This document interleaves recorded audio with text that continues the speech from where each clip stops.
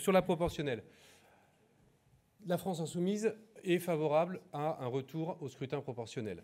Nous avions, lors du précédent mandat, déposé une proposition de loi lors de nos DICH sur la question et nous avons repris la proposition qui avait été adoptée en 1986, c'est-à-dire une proportionnelle départementale, mais qui concerne l'ensemble des départements.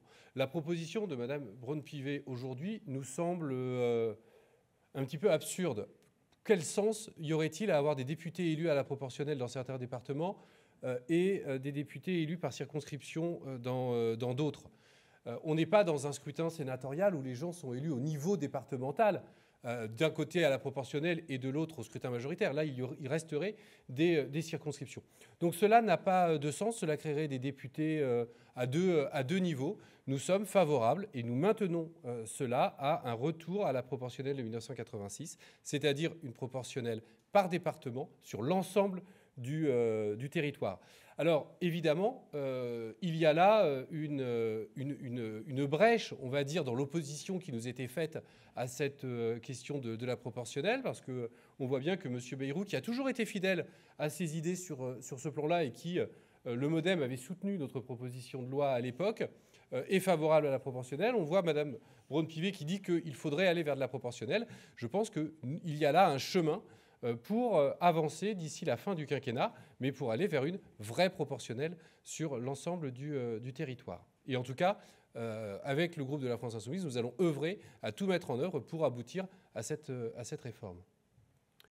Les ingérences sont un vrai sujet qu'il faut prendre au sérieux. Alors oui, il y a des ingérences russes, oui, il y a des ingérences chinoises, mais il serait naïf de penser que seules ces deux nations se livrent à des ingérences. Et c'est un petit peu le défaut de ce texte.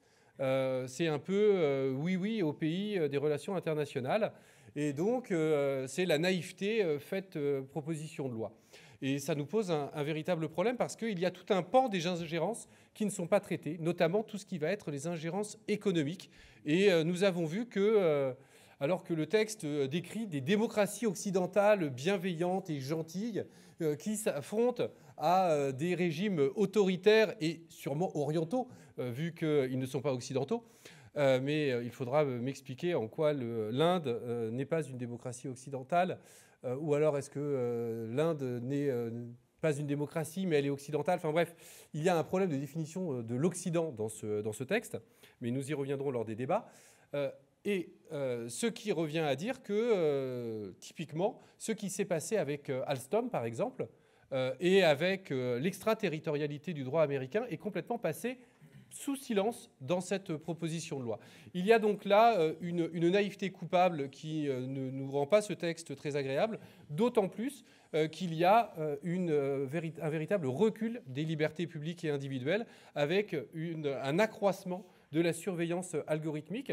Alors, on nous avait dit la surveillance algorithmique, c'est pour lutter contre le terrorisme, et vous verrez, on n'ira jamais plus loin, hein, parce que le terrorisme, c'est vraiment des méchants, et donc il faut utiliser tous les moyens, même quitte à réduire les libertés fondamentales, et on le voit bien. Maintenant, c'est l'ingérence étrangère qui justifie de réduire encore les libertés publiques, et de ci, de là, on va bientôt finir par intégrer les surveillances algorithmiques dans le droit commun. Et cela nous est totalement inacceptable et insupportable. Nous ne pouvons pas accepter de tels reculs sur les libertés publiques et individuelles. C'est pourquoi, alors que la question des ingérences est une vraie question, nous allons être contraints de voter contre ce texte parce que ce texte ne répond pas aux enjeux et en plus, il réduit les libertés publiques de nos concitoyens.